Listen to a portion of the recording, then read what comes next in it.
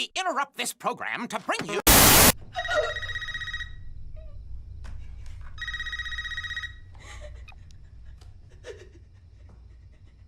Hello? Bonus question, Tara. Please stop. Do you think I made it inside your house before you could rearm?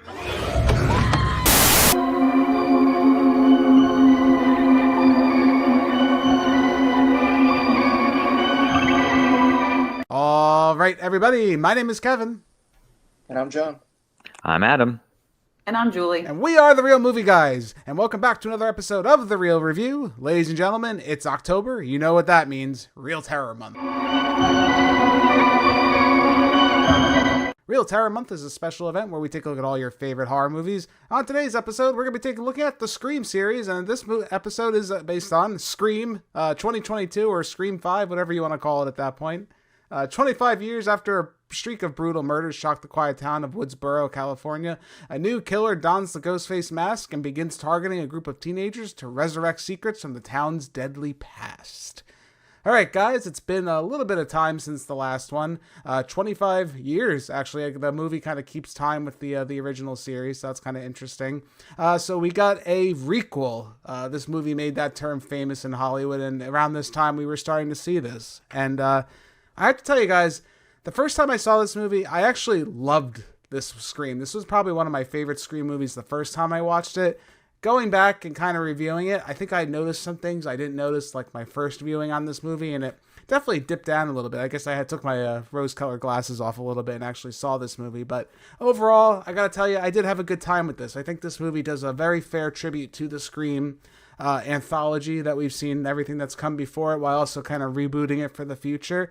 A good success, especially after the passing of Wes Craven.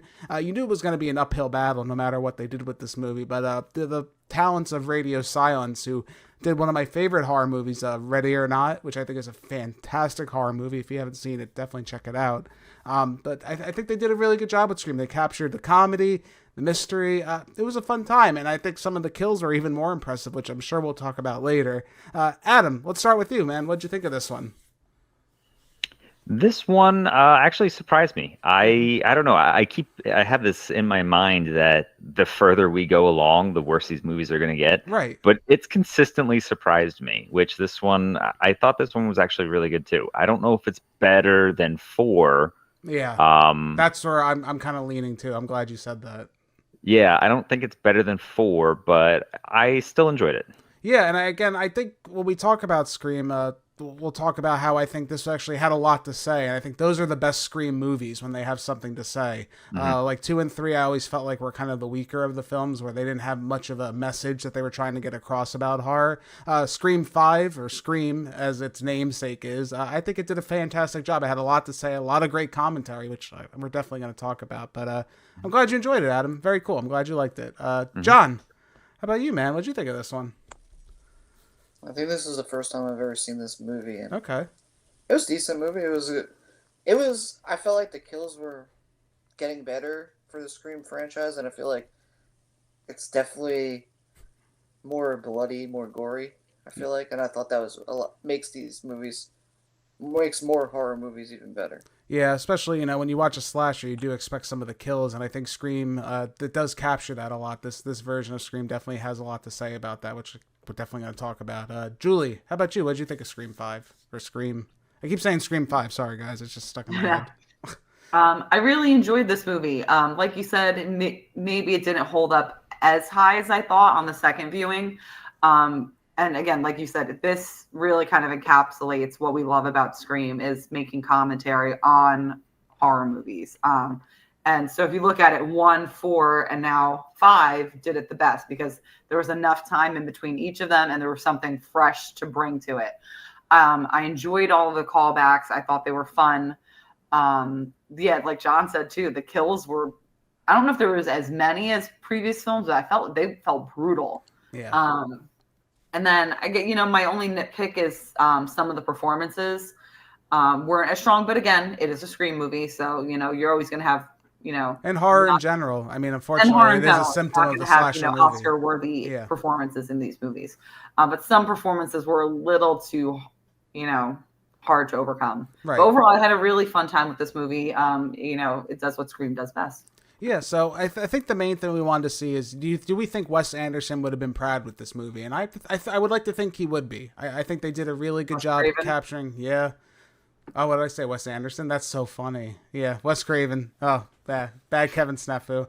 Listen, guys, it's late. I'm doing my best here. We're recording. Yeah, Wes Craven. I think he would be proud here. It really captures what I love about Scream, being the comedy, the horror. It really captures those two things and intertwines also the mystery, which we really love. And I think this was a fair mystery. We'll talk a little bit later about the mystery. But the first things I want to talk about is I think out of all the Scream movies so far, again, this is not including 6 at this point, I would even argue, I think this is probably the best looking Scream movie out of all of them. I really like the cinematography in this movie. I think that was probably one of its strongest suits out of any of the Scream movies up to date. Even the older, original Scream, I think, had decent cinematography, but this one had just such an artistry to it. And I think the reason why you could say maybe it was a little more elevated is because what they were trying to capture. This movie automatically starts like right at the beginning talking about smart horror movies like The Babadook and kind of marking on those movies a little bit, how they've changed the horror landscape. And I really like that. What did you think of that, Adam? So what would you say you're more a fan of? The smart horror or slashers, kind of like they're talking about with Scream?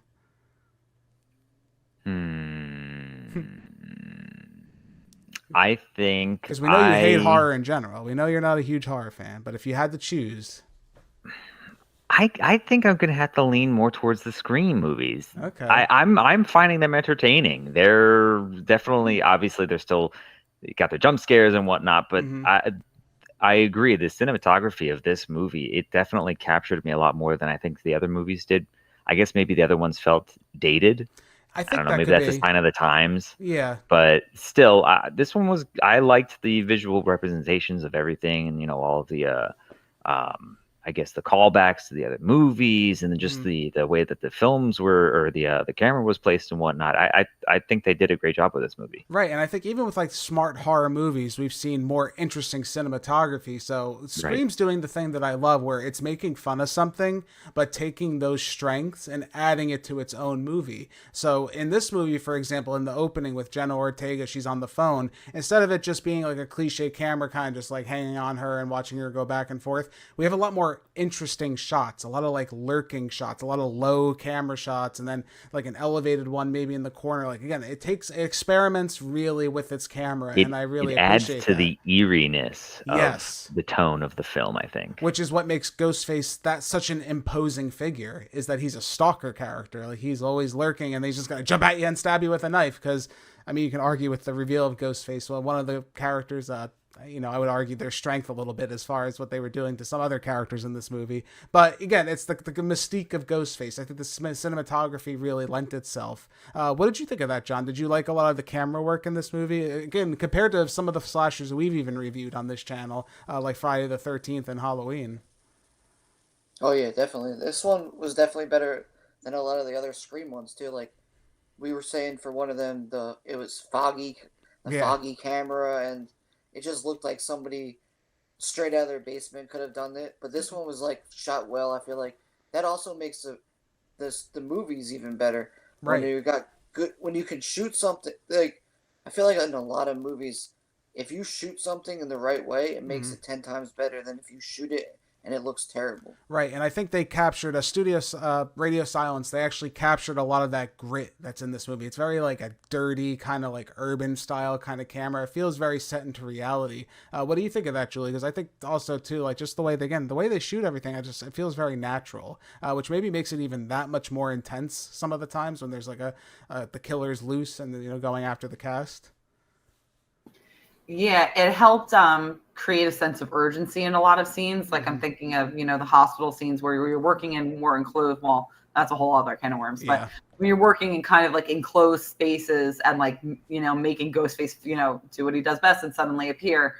So it created that like panic and fear. And then even at the end, which I only just recently found out that the recreation of Stu's house, it wasn't the actual house, it was a set. But that scene with Sydney in the doorway and then they pull out and you can see, the wide shot of the house. There was just some really great, moments that were, made so much better due to the camera work. Right. And again, I think it just naturally enhances the movie. And, you have to do something like that because, again, like I said earlier, we're dealing with a requel here. So what is a requel? A requel is essentially a rebooted sequel of a series. Now, Adam, I liked in one of our other reviews, I can't remember which one it is, we've done so many now at this point, you had brought up this is like a natural evolution of the series. Now, would you say this is the same evolution for the Scream series once again, that the requel was the natural evolution for them to go down? Yes. Okay. I think because of the shift, the tone shift of this movie compared to the other ones, because there definitely is a tone shift. I think that this is definitely the direction that it should go. Okay. I think delving it, I don't know, this movie felt like it balanced out the horror and the comedy a little bit better than some of the other ones had. I would agree. I would agree. Right. And I think that's definitely where this movie shines. Right. So do you think the horror, just the balance of the two, is just so good? Really? Right. It's obviously progressed to a point where I think this is definitely going in the right direction. Okay. And then what do you think of the new cast? Because that's something we'll talk about in general. We obviously got our sequel characters. We love our core characters, right? We got Sydney, Dewey, and Gail. Sorry, again, late. Sorry, tired. So we got them returning, and they have absolute amazing chemistry. Do you feel that they were a little less utilized in this movie, Adam? That maybe we didn't get enough of them? I thought they had a good balance, especially one in particular. I think was really well done. Yeah, no, I think they did. I liked. It was kind of like a handing off of the torch, right, to a new crew. That's what it felt like to me, at least. And I think that it was a nice homage to everybody at that, the old crew, and then transitioning. Yeah, I think so too. So again, we'll go deeper into some of the other characters. Well, let's just do it now. We'll do it now. We'll talk about them now. So we got the returning characters. I think the biggest character obviously returning and who had the biggest story here was David Arquette. David Arquette's personal life prior to this movie was kind of a mess. A lot of people can see that through if you watched David was it I'm Not Dead, David Arquette? You can't kill David Arquette. Yeah, excellent documentary if you ever get a chance to watch that. It talks about David Arquette recovering from his struggles with drugs, alcohol, the death of his best friend. He got into professional wrestling for a while, David Arquette. He's a crazy guy. He got himself right. He's in great shape. He's looking great. He was amazing in this movie, and it really felt like his swan song for his character. What did you think, Johnny? You haven't seen David Arquette for all these years. Do you think he did justice to his final moments as Dewey in this film? I think he did a great job all the way till the end. Even his death makes him still an amazing character, I feel like.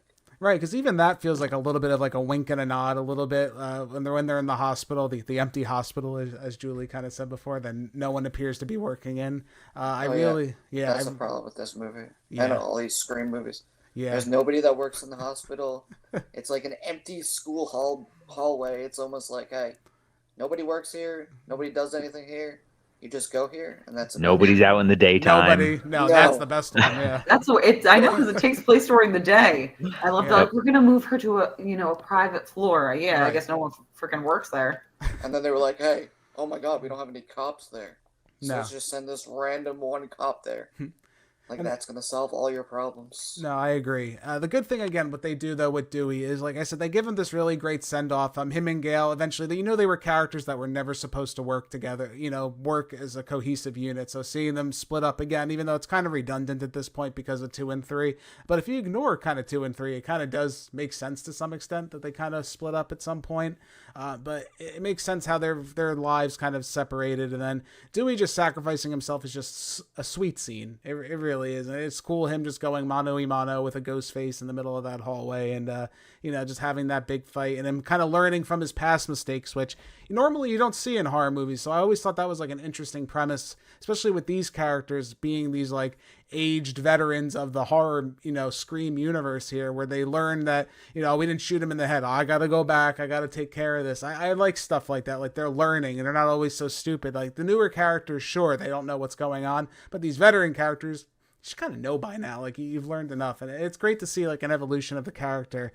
You love that 20 plus year character development. Yeah, I mean, it took that long, finally. I guess that's what's the problem with all the other horror movies. None of the other characters are able to learn. I will say, though, I thought Sydney was kind of thrown in the movie. I really don't know how well her placement felt. Like Adam said, I think there is an excellent passing of the torch for her character to Sam, who's the new, I guess, main lead girl in the film. We'll talk a little bit about her. But again, I felt like they could have been more utilized. What do you think, Julie? I thought she felt maybe the most underutilized since, again, essentially this is her story. It felt like, honestly, both times too, like when you first, it's Dewey that calls her. When Dewey calls her, you see her turn around. Felt like one of those Marvel cameos. Oh, and she married Mark, by the way. I didn't realize that was Mark from Scream 3. Yeah, Patrick Dempsey from Scream she married 3. him, apparently. I didn't realize that. It took me to listening to something later where I found that out. I was like, oh, that guy. Yeah. Yes, so like that part, and then even when she finally does arrive back in Woodsboro, it feels like that, oh, Sydney's here, oh my god. So yeah, I mean, I feel like she was underutilized. There were some moments that I think did shine. Like you said, these characters now have been in this for 20 something years now. So the point where Sam and her sister they're like, we're leaving, we're out of here, but we don't want your help, we're done with this, and they drive off, and Gail turns to her, she's like, you're just gonna let them leave? Mm-hmm. She goes, yeah. And she goes, I put a tracker on their car. You know what I mean? Like, they're so savvy to how to navigate these situations. But then I did feel like when it came to the climax, like Gail, gets shot and she's kind of like down and out. I mean, they do have their moments, of course. And then, Sydney's getting stabbed. So it's just, I don't know. Again, like Adam said, it's a passing of the torch. They're not meant to be, they're the legacy characters. They're there for support. They're not sacrifice one of them. One of them at least has to die. One legacy character is expendable. And it had to be Dewey. I mean, it did have to. He was a cat those past 11 lives at that point, probably. Yeah, it became kind of a joke at this point. I think it was in Scream 3. He's like, oh, every time this guy goes somewhere, he ends up being a pincushion. Yeah, he's been stabbed. Yeah. He's been stabbed in and out of nerve damage, apparently, throughout the entire series. So good for him. I love it. It's like he got stabbed. You're like, he's been through this before, and then all of a sudden, the upward motion, like, oh, he's done. Yeah, he's gone. He got gutted like a fish. Finally, someone did get gutted like that. Ugh, terrible. But so in a requel, we have our legacy characters. We lost a legacy character. We have the passing of the torch, kind of. Now we got our new characters set up for the future installments. Adam, I'll start with you. What did you think of the new cast? Any good standouts for you? Did you like them? Anything? I did. I liked Sam a lot. I think she has potential. Yeah, for me. So I'll say Sam Carpenter, played by Melissa Barrera. Now, there's nothing against this actress. I have nothing against her. I feel like she was the weakest out of the actors in the group, especially when she's acting opposed to Jenna Ortega, her younger sister. Yeah. Jenna Ortega's blown up since this movie, and it's crazy to see how great of an actress she actually is compared to her, and it's kind of stilting in some of the scenes for me. I do like Jenna Ortega too. I think her character. Honestly, their dynamic. I think it worked well with the film. Mm-hmm. But honestly, those were probably the two standouts for me, and of course, because they're like the main focus of the film. Right. Yeah. And again, I do think sometimes it sucks just seeing because Jenna Ortega is such a better actress than her, so I think some of her flaws do stand out more. Not necessarily her fault. I think it's just because you have such a better actress in a scene, sometimes that can happen. But I think their chemistry, like you said, I do believe like the sisterhood between the two, I definitely think that comes across. What did you think of that, Julie? Did you like, because I know me and you have talked about Sam a few times, some of her lines just come across so bland or just like hollow, that I don't know, I just feel like it wasn't the best take they could have used sometimes for her. Yeah, it's hard. She's definitely the weakest link. Like Adam said, she does have potential. So, it is unfair in a way because you can tell the other actors around her are definitely, stronger. Right. Yeah. So, she had moments where she's supposed to be like angry or supposed to be like creepy and just doesn't land the way they meant for it to, meant for it to land. I do like the sibling chemistry. I think that's important, and that's what they needed to kind of sell us on her character. Yeah, Chad and Mindy, Mason Gooding, who is Cuba Gooding Jr.'s son. Didn't know that till recently too. That's pretty impressive. But he was really Chad and Mindy were my standouts. Specifically Mindy. I love that she's and fittingly so, as the niece and nephew of Randy Meeks. Yeah. How she's kind of the new Randy, and she's, laying down the requel laws. But even her brother Chad, I thought, I'm like, oh, he's just gonna be the annoying jock. But he had some funny moments too. He was more sensitive. He wanted to have a committed relationship with his girlfriend.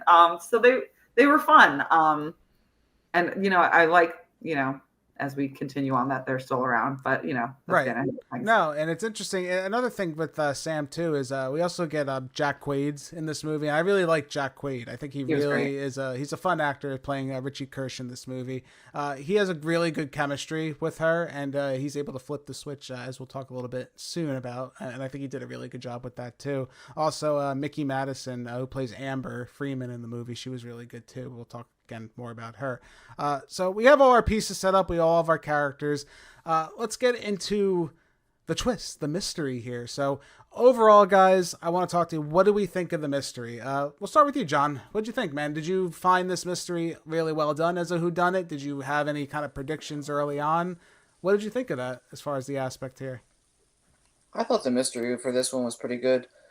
Like, it wasn't like I feel like the best, but I definitely feel like they did it in a way where, like, you can kind of find, like, almost hints to who it was in this one, which is way better than, like, a character who we see for 2 seconds and that he's the Ghostface. So I felt like this one was definitely a lot better. Yeah, I can agree with that. How about you, Adam? What did you think of this mystery? Did you see it coming a mile away, anything? Or were you surprised by it? Did you like Maybe not a mile. I guess it's like, it's satisfying when I can figure it out on my own, right? Which which I'm sure that they like to do too, because it's like, oh, we want to make our viewers feel successful. Mm-hmm.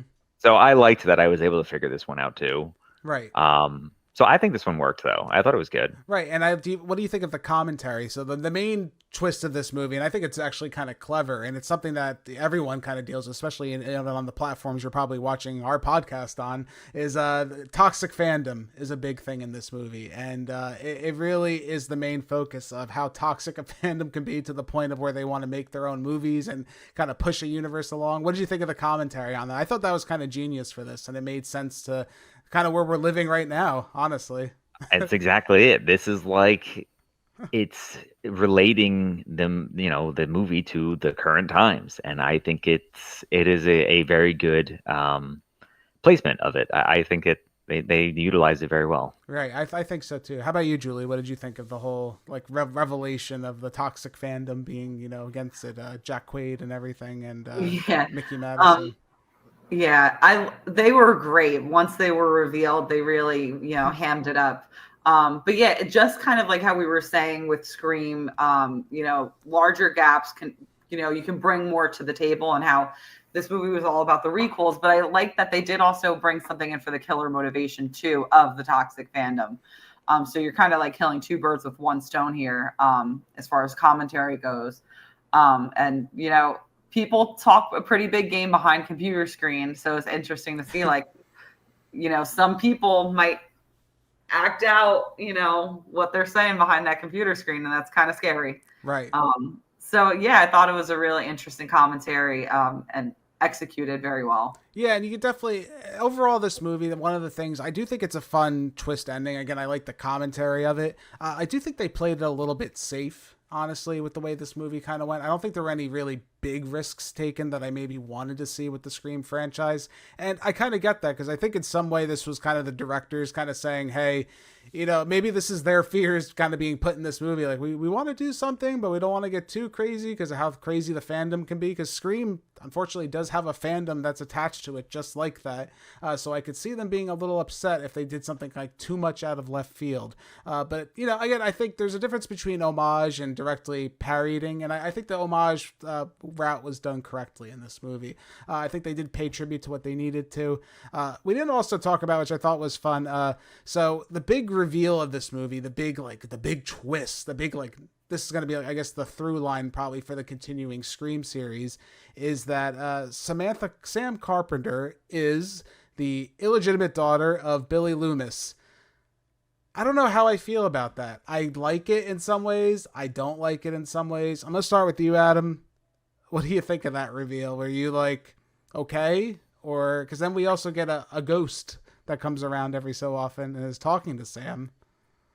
Yeah, I'm right there with you. There's some ways I like it, and others I couldn't care. I could like care less. I feel like I got Scream 3 vibes a little bit with like Sidney Yeah. Prescott's like illegitimate brother lingering around a little bit. You know? Yeah, it was just like another way to shoehorn another character in. It's like, oh, hey, I need a paycheck. Can you put me in here somehow? I don't know. It just felt unnecessary. Like if you take that part out of the movie, it's Right. like makes no difference. Right, and Skeet Ulrich did a really good job reprising He his did. role as Billy. They did. They used, and he looks the yeah. same. I know, it's weird. They used only minor CG like touch-ups on him because he kind of looks exactly the same as he did as a kid, which is good for him, man. I need his routine. This gray ain't going nowhere, I'll tell you that. But yeah, he really looks good. I'm surprised they're able to capture that. But Adam, do you think they... one thing that bothered me a little bit, and again, we'll go around too, let's see what everybody else thinks, is do you think they tried to redeem Billy a little bit in this movie? Because the one thing about Billy I always thought was he was such a violent, like, asshole kind of character. Like, he was a serial killer and that was his thing. I feel like they were trying to redeem Billy a little bit in this movie. Did you get that kind of vibe? Like, he's like almost a hero, like a force ghost kind of guiding the blade of Sam there. I don't know. Yeah, it felt like a proud father moment. Right, and like, but not as dark as it should be in a weird Right. way. Yeah, I was like, should I be rooting for this? Right, Like, it's weird. It was a very odd vibe. Yeah, no, I agree. How about you, John? What did you think of that? Did you like the whole idea of her being his illegitimate daughter and how that kind of worked with the plot? Yeah, I could care less about it. More garbage thrown into this movie. Yeah. But I also felt like I thought like they were gonna bring back Sydney's mother too, just like little pictures here and there. Yeah, right. Like in Scream 3. They're throwing everything in. Yeah. Why not? Why can't we have another illegitimate child of Sydney's mother who kind of could hoard herself around town a lot? If we're to believe Scream 3, she was just about everybody. She slept with about everybody in Woodsboro there. So who knows how many kids there could be. Anybody could be related in this one. Anybody could be the killer. Anybody could be your sibling too, apparently. So, hey, whatever. Julie, what did you think? Do you think it sets up some kind of intriguing lines for the future if they choose to go with it? Because my main thing, and this is before obviously we take a look at Scream 6, they have some stuff they can do with this idea. Maybe kind of molding her into a future killer of some kind, or that there are interesting ideas if you're choosing to evolve the character. But again, we have to remember this is a slasher horror movie, so I don't know how far they're going to go with a concept like that. What do you think of that, Julie? It's tough.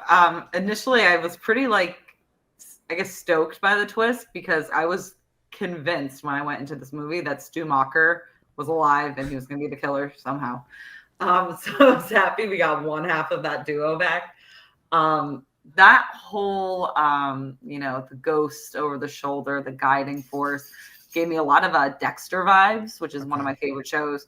Almost reverse though, because Dexter was always followed by his dad who was trying to get him to stick to a code. So yeah, what this means for future installments, are we going to see her, kind of mold into maybe not a kill, she has some kind of a moral code. Right.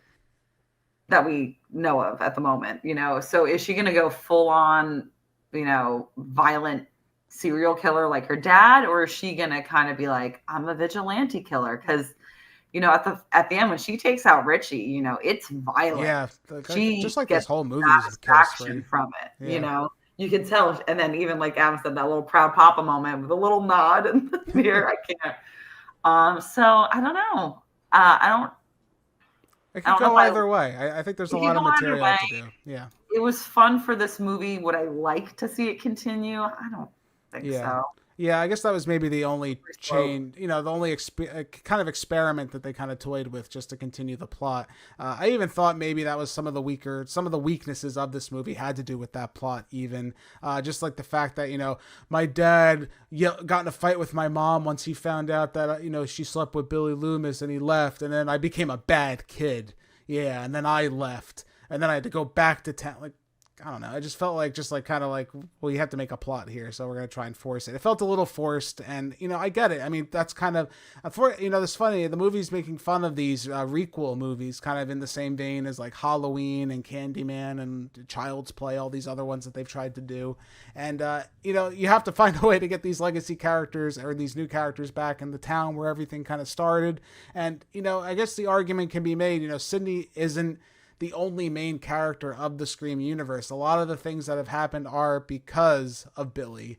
Billy's actions in that first movie has kind of hung as a shadow through the entire series, from 2 to 3. Like, somehow Billy kind of always ties back to everything. So he's kind of also the main character. So again, maybe that is something they can kind of play with. I think it's fun. Is it well executed? Who's to say? I guess me to say. Not really. But, I think they could have done maybe a little bit better job. But talking about violence, I think we're ready to talk about the Real Terror Award. The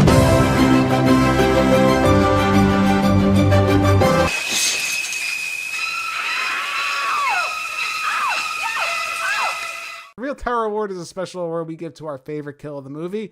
Adam, I'm talking to you now. What's the Real Terror Award for this film? Okay, so I got to give it to the death of Wes Hicks. Ooh. In the scene, we're getting a nice homage to Psycho. Yes, the shower scene, baby.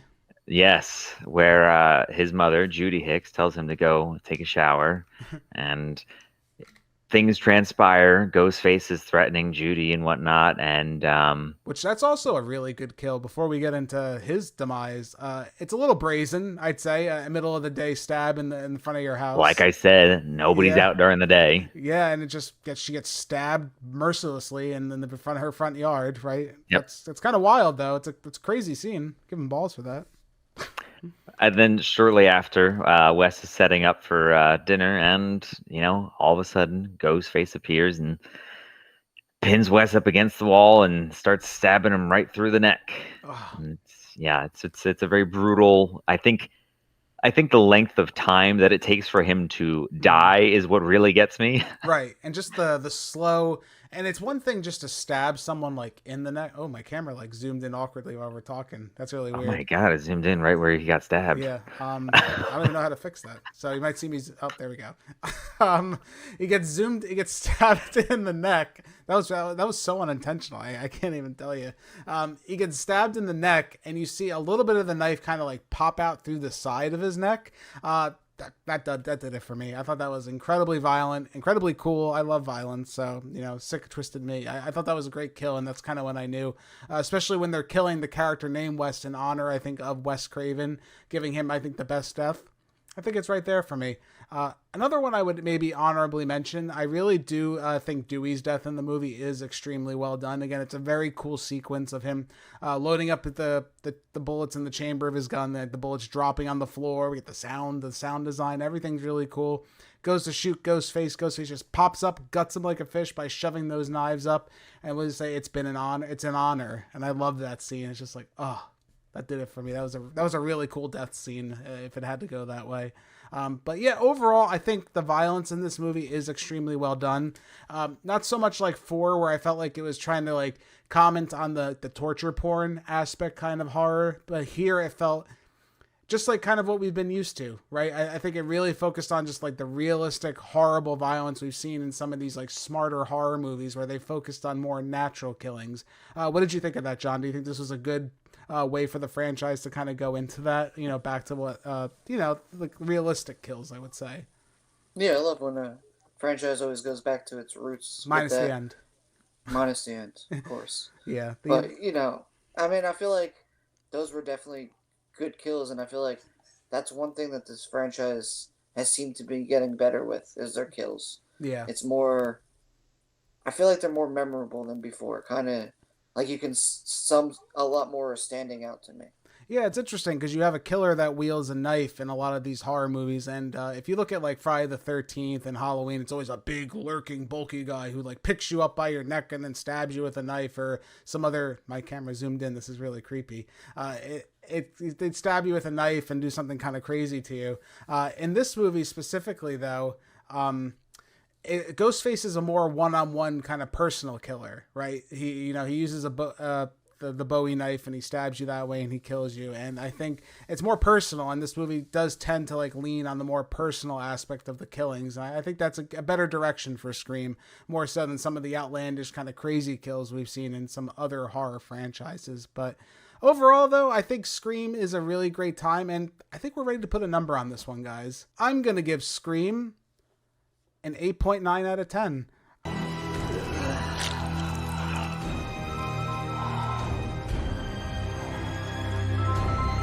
It's an honor. I think it's a really good reboot for this franchise. It's a requel, not a reboot. I should catch myself there. They really do capture everything I love about Scream. The comedy, the kills, the character tributes, the tributes over to Wes Craven after his passing. I think Radio Silence did a phenomenal job with this movie. It's not perfect. I think some of the plot lines are a little bit weak, and I feel like it was a little bit safe as far as a Scream movie. I think they could have maybe experimented a little more. But even when they did kind of with the Billy's illegitimate daughter stuff, I don't know, maybe it didn't work out as well as I would have liked, but they were at least trying something. And I think there is potential for the Scream series to continue on. I've said so many times over the course of this series that these movies work when there's a big gap in between them, I feel like. Scream isn't a series I think that's meant to have direct sequels right one after another, just because there's not a lot to talk about. Scream is at its strongest when it's commenting on current state of horror. And Scream in 2022, when this came out, there hasn't been one for a while to commentate. They did a phenomenal job. They captured the smart horror geeks, the toxic internet culture, requels. They touched on all of it, and that's why this movie, I think, is so strong. And it comes highly recommended. It's not perfect. I don't think really anything besides the first Scream movie is perfect, in my opinion. Even that, I think there's an argument that it's not. But it's still a fun time. Comes highly recommended from me. Adam, what did you think of this one? I'm going to give Scream 2022 an 8.5 out of 10. Our killer is writing his own version of Stab 8, but doing it as a requel. Which is? See, you can't just reboot a franchise from scratch anymore. The fans won't stand for it. Black Christmas, Child's Play, Flatliners, that shit doesn't work. But you can't just do a straight sequel either. You gotta build something new, but not too new, or the internet goes bug fucking nuts. It's gotta be part of an ongoing storyline, even if the story shouldn't have been ongoing in the first place. New main characters, yes, but supported by and related to legacy characters. Not quite a reboot, not quite a sequel, like the new Halloween, Saw, Terminator, Jurassic Park, Ghostbusters, fuck, even Star Wars. It always goes back to the original. Are you telling me that I'm caught in the middle of fan fucking fiction? Not just in the middle, Sam. You're the star. I think it was the plot points that held it back for me the most. But overall, it's another solid entry into the franchise, and it's definitely worth a rewatch. I think I would definitely add this to my rewatch at least a few more times. Right. I think the kills are definitely worth it. It's definitely more quality over quantity, which is definitely a plus. And I think it's a good send-off for some of the legacy characters. Yeah, I think so too, and I think this kind of reinvigorated everyone's kind of view on Scream, because again, it left the public eye for a while, and hence that's why I got a sequel after this, which we'll be talking about shortly. So very cool. John, how about you, man? What'd you think? I give this movie Scream 7.6. Do you know if there's any beer left? There's none in the kitchen. Yes, Richie, there's beer in the basement. Right behind you. Basement. Yeah. Do you want to come with me? No, but you were right to ask. Yeah. Okay, I'll be right back. Yeah. Well, he's dead. I felt like they did some things very safe. They almost were playing to, like, they didn't want to get canceled already. They wanted to kind of keep going with the Scream franchise. But I felt like the kills did it. I felt like it's definitely one of those movies that you'll watch again, but it's not like top tier, I'd say. I don't know. I think it's up there as far. I don't know if I totally would agree with you there. I think it is up there. Is it top tier? Probably not top tier horror movies, but I think it's one of the more better like attempts at a reboot. Like Scream tends to be, in my opinion. I think a lot of the other series that have tried reboots have failed miserably. I wasn't really a fan of like Halloween and the Child's Play and stuff like that. Scream actually is good when it's mocking and then enhancing the genre, and I think this movie did a good job. I don't agree with you, man. I think you're a little low there. I think you're in the low area. He's got the thumbs up. I love it.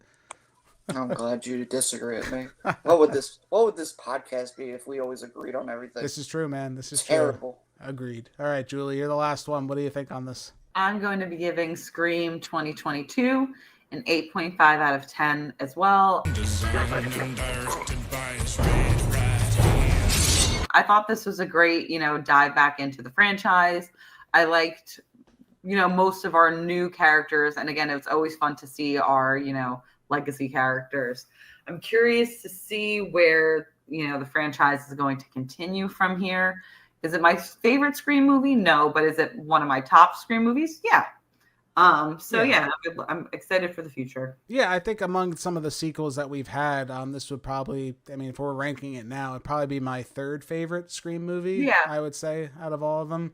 Right now, I'm probably like the 1, 4, 5 range, probably. Then 2 and 3. Yeah. But again, I really did enjoy this. I think it is a good time again, especially maybe even because it is more modern and we're in like the thick of this genre right now. I think it's even smarter, and it can only age gracefully. I think it's kind of a time capsule, I feel like, of the horror genre for this period. And again, I think that's why it works so well when we see like, this continue on in the future, commentating on horror culture and just regular culture in general, especially that toxic fan culture. Oof. But that being all said, guys, thank you for joining us for this episode of The Real Review. Next episode, we wrap up the series with Scream 6. I can't wait to talk about Ghostface's journey into the subway. So we'll talk about that next episode. But my name is Kevin. That's John, Adam, and Julie. My camera is zooming in way too deep. We are The Real Movie Guys. Real guys, real movies, real thoughts. I'll catch you guys next time. If you guys like what you've seen here today, consider giving this video a like and leaving your thoughts in the comments below. If you want to stay up to date with everything Real Movie Guys related, make sure to hit that subscribe button and check us out on Instagram, Twitter, and Facebook. And don't forget, all you audio listeners at home, we are available on many podcasting platforms. Just search The Real Movie Guys, you should pop right up. Thank you again all so much for joining us on this episode of The Real Review. We are The Real Movie Guys. Real guys, real movies, real thoughts. Catch you next time.